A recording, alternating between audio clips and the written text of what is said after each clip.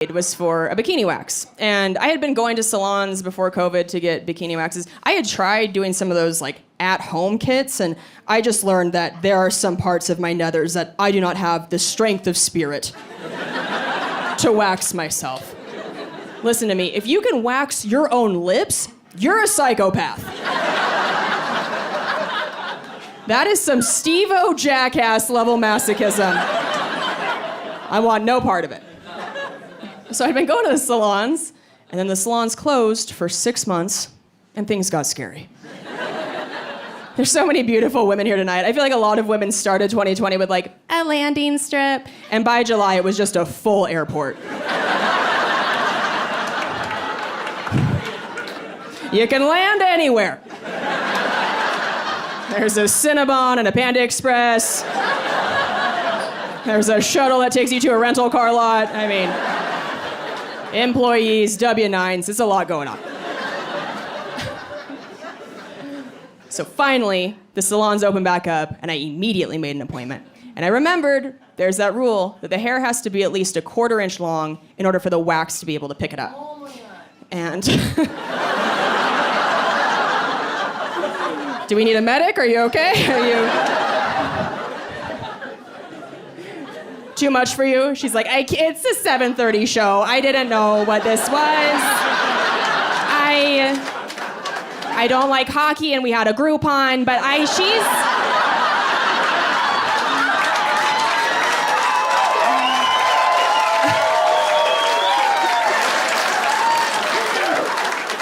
like, this is not the Christian way.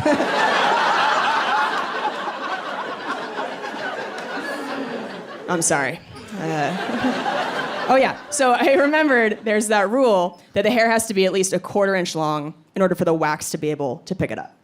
And I looked down and was like, well, that's not gonna be a problem.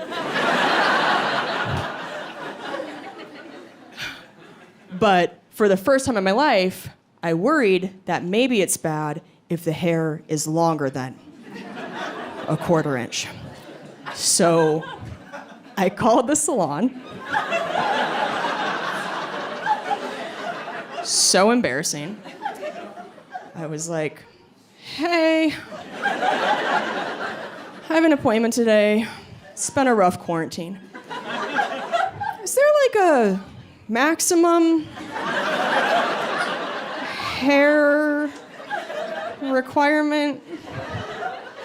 And this poor girl just goes, I mean, how long are we talking?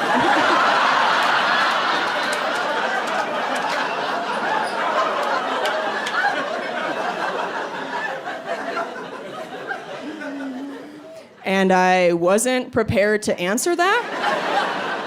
So I panicked and was like, we could probably donate it. No.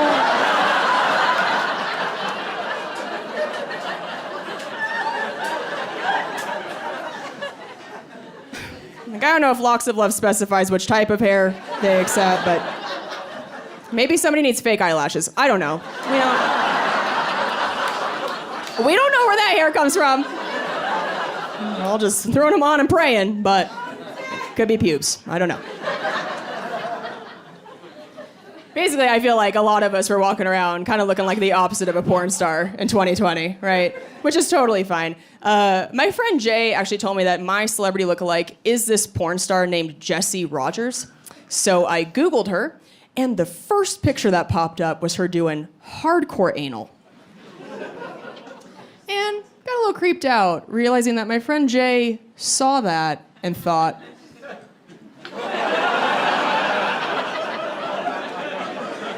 you know who this reminds me of?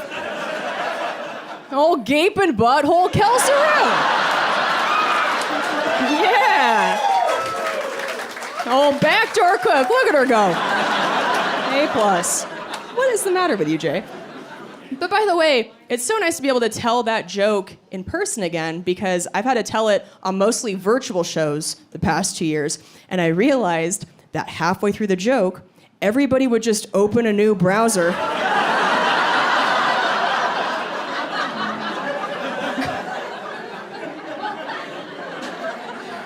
It would just get really quiet, and I'd be like, hello? Everybody show me your hands. I don't trust you. What are you doing? I had to check into a hotel on the road recently, and it was early in the morning, and the woman checking me in, well, she's a little older, and she goes, I just have to tell you, you look so much like Amy Adams. Huh, I don't know if you ever hear that, but you really look like her. And it took all of my strength to not pull my phone out and be like, you know who everybody else says I look like? And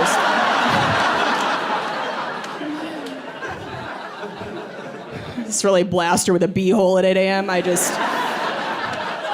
couldn't do it.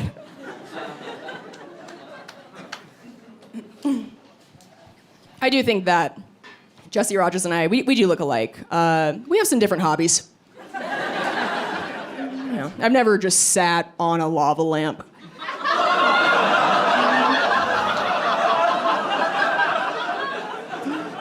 For example. Like, my ex-husband and I, we didn't even buy a sex toy until 7 years into the relationship. We had just been Flintstoning that shit. Just very little house on the prairie, just churning butter, very innocent. We ended up buying one of those vibrating wand things, and I gotta be honest, never liked it. Way too intense for me. Even on the lowest setting, this thing is like for blasting rocks.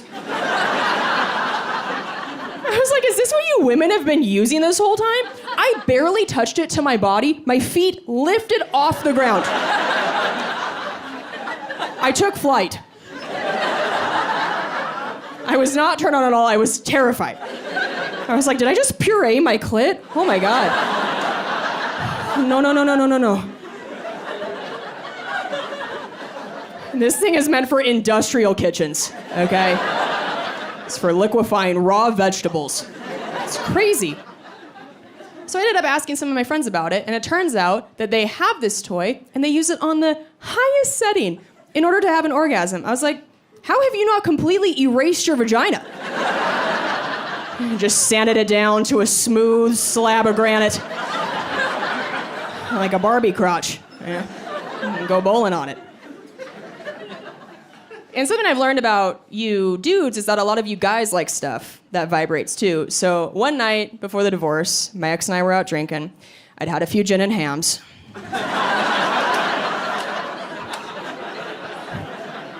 As you do. And when we got home, I was just feeling a little extra spicy, so I decided to crank it to 10 just to see what would happen. And the moment I touched it to his junk, his balls, whoop,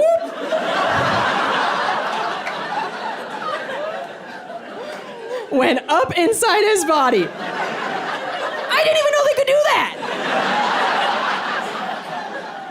I was just staring at him like, oh. Do they stay up there until you sneeze really hard?